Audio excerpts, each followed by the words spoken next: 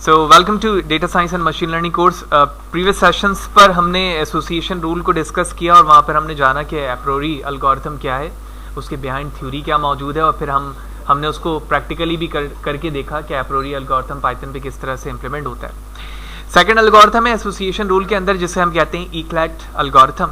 जैसे स्लाइड पे इसकी डेफिनेशन एंड स्टैंड फॉर लिखा है, उसे हम समझते हैं। The Eclat algorithm stand for equivalence class, clustering and bottom up lattice traversal.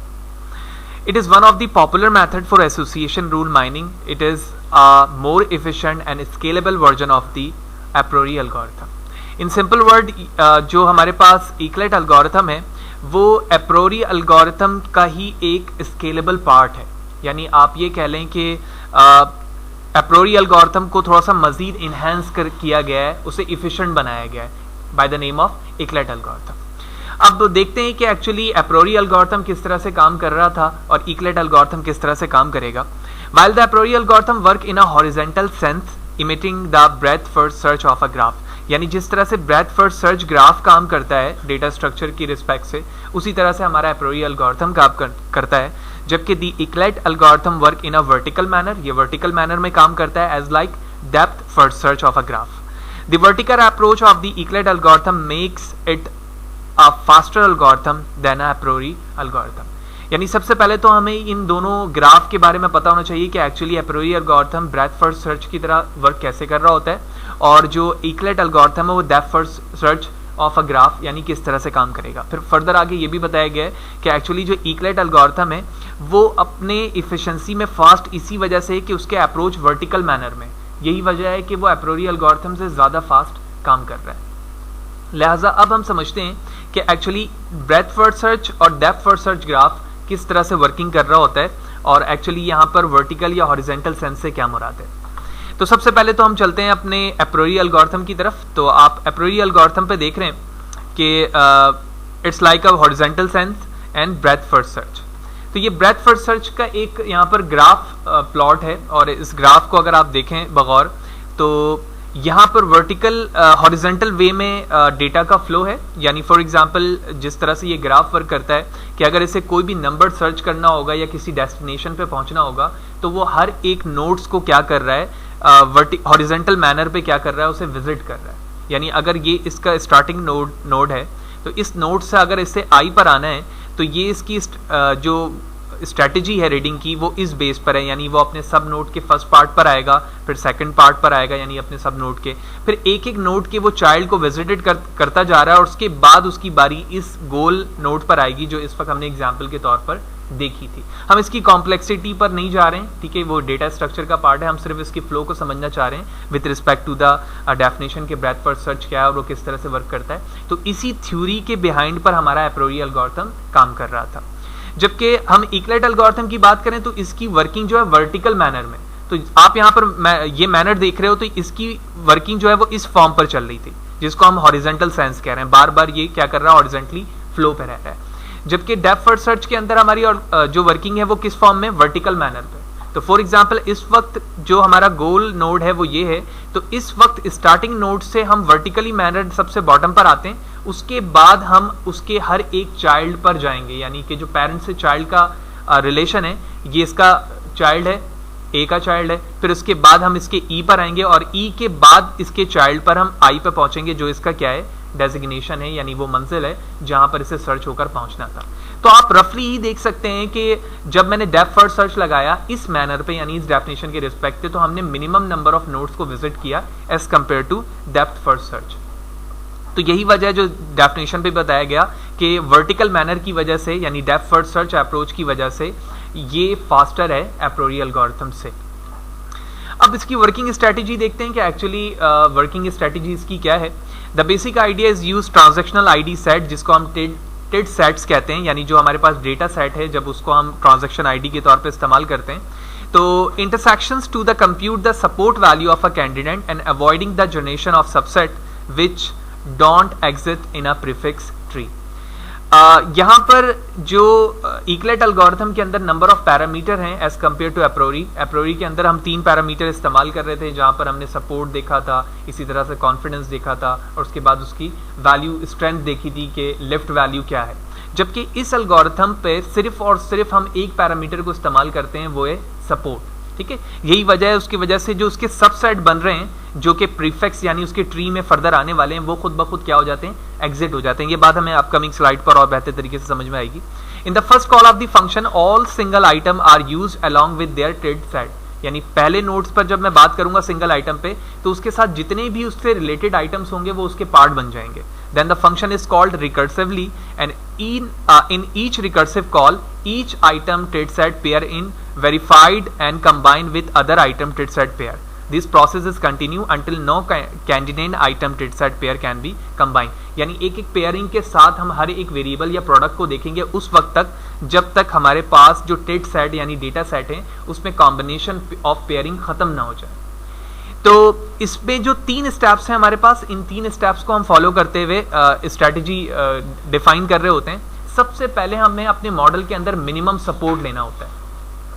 ठीक है, मिनिमम सपोर्ट के हवाले से एप्रोरी एल्गोरिथम पे भी हमने पढ़ा था, अभी हम उसे रफली भी डिस्कस कर लेंगे कि मिनिमम सपोर्ट सबसे पहले हम सेट करेंगे। मिनिमम सपोर्ट क्या है हमारे ट्रांजैक्शन में, उसके बाद देखेंगे take all the subset in transaction, तमाम सबसेट ऑफ ट्रांजैक्शन को लेंगे having higher support then minimum support, यानी जो सपोर्ट तुमने मिनिमम ऊपर फर्स्ट स्टेप पर बताया है, ठीक है, उसमें से आप उन तमाम सबसेट को ले लोगे, डेटा को लोगे जिसकी प्योरिटी यानी जिसकी स्ट्रेंथ मिनिमम सपोर्ट से ज्यादा है। फॉर एग्जांपल मिनिमम सपोर्ट 2 है, ठीक है, और आपके पास जो डेटा सेट में मिनिमम सपोर्ट है वो ज्यादा क्या है, 2 से ज्यादा है, 3 है, 4 है, 5 है, तो वो हायर है, इसका मतलब है वो थ्रेशोल्ड लेवल से ज्यादा है, तो हम उन तमाम को ले लेंगे। उसके बाद हमें क्या करना है, sort these subset by descending support, यानी उसके बाद हमें क्या कर देना है, डिसेंडिंग सपोर्ट की रिस्पेक्ट से उसे सॉर्ट कर देना है।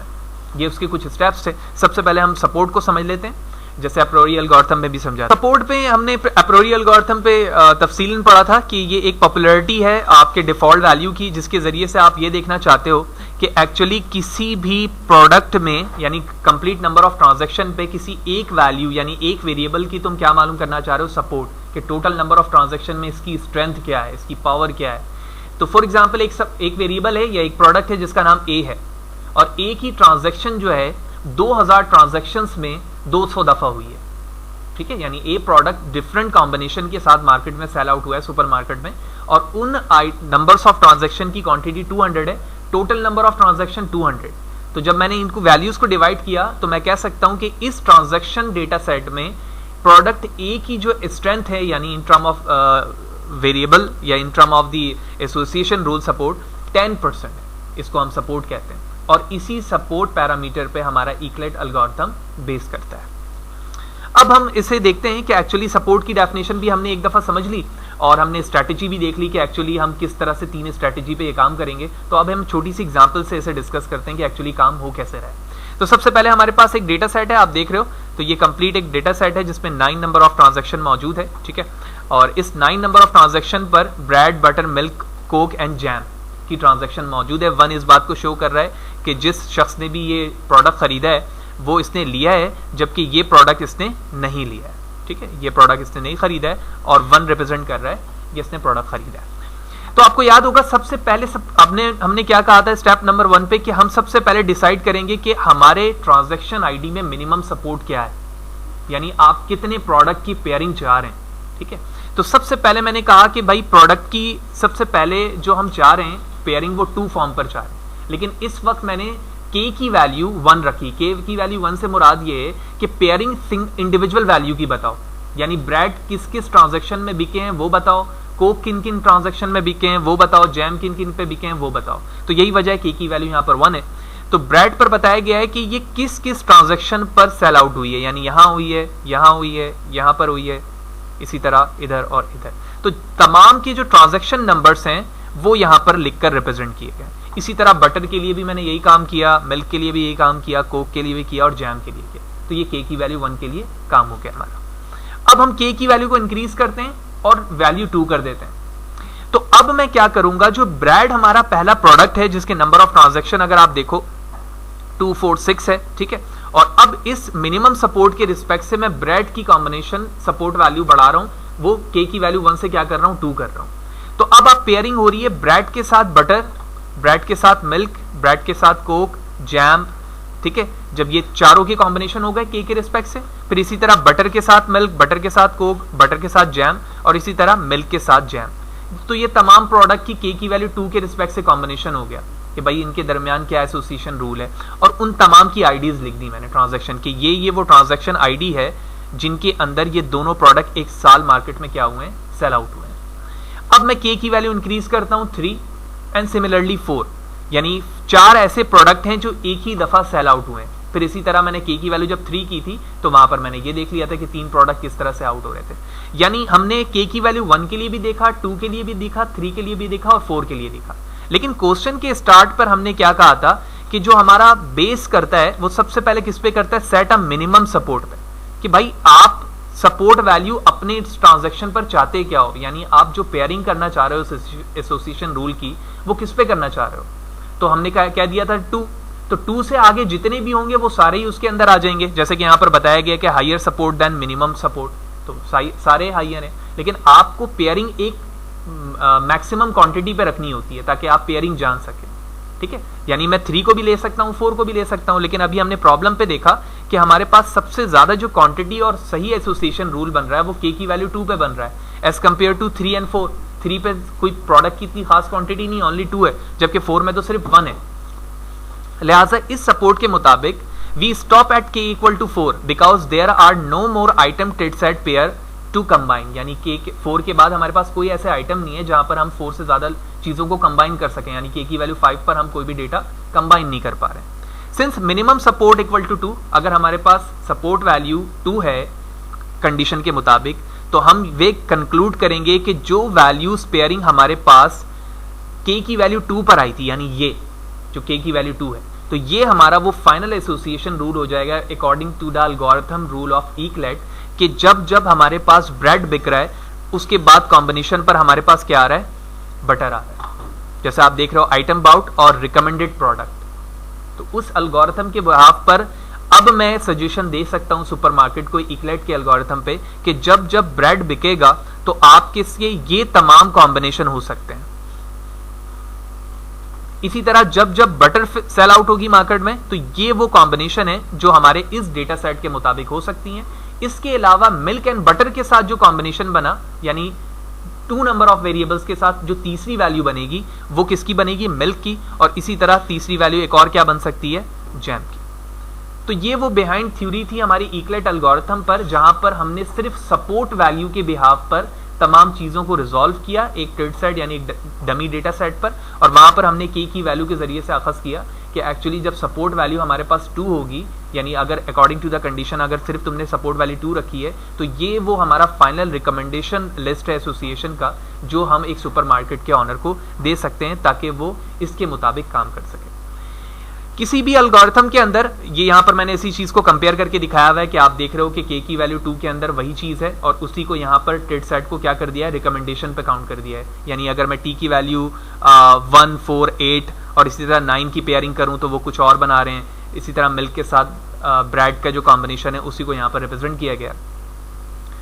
किसी भी एल्गोरिथम को जब आप चेंज कर रहे होते हैं, यानी एसोसिएशन रूल में जिस तरह से हमने एप्रोरी इस्तेमाल किया, अगर मैं उसकी जगह क्या इस्तेमाल करना चाह रहा हूँ, इक्लेट, तो इसका मतलब है कोई ना कोई उसके बेनिफिट्स मौजूद हैं, जो कि हमने पहली स्लाइड पे ही देख लिया कि एक्चुअली ये इफिशिएंट है एज कम्पेयर टू एप्रोरी, क्योंकि ये दूसरे एल्गोरिथम अप्रोच को इस्तेमाल कर रहा है और साथ ही साथ नंबर ऑफ पैरामीटर्स भी इसमें एक ही हैं जो कि सपोर्ट थे। तो मेमोरी रिक्वायरमेंट क्या है, कहा जा रहा है कि since the Eclat algorithm use a depth first search approach it use less memory than Apriori algorithm. तो सबसे पहला अप्रोच हमें यहीं पे फायदेमंद है कि ये number of memory come consume कर रहा है एज कम्पेयर टू एप्रोरी।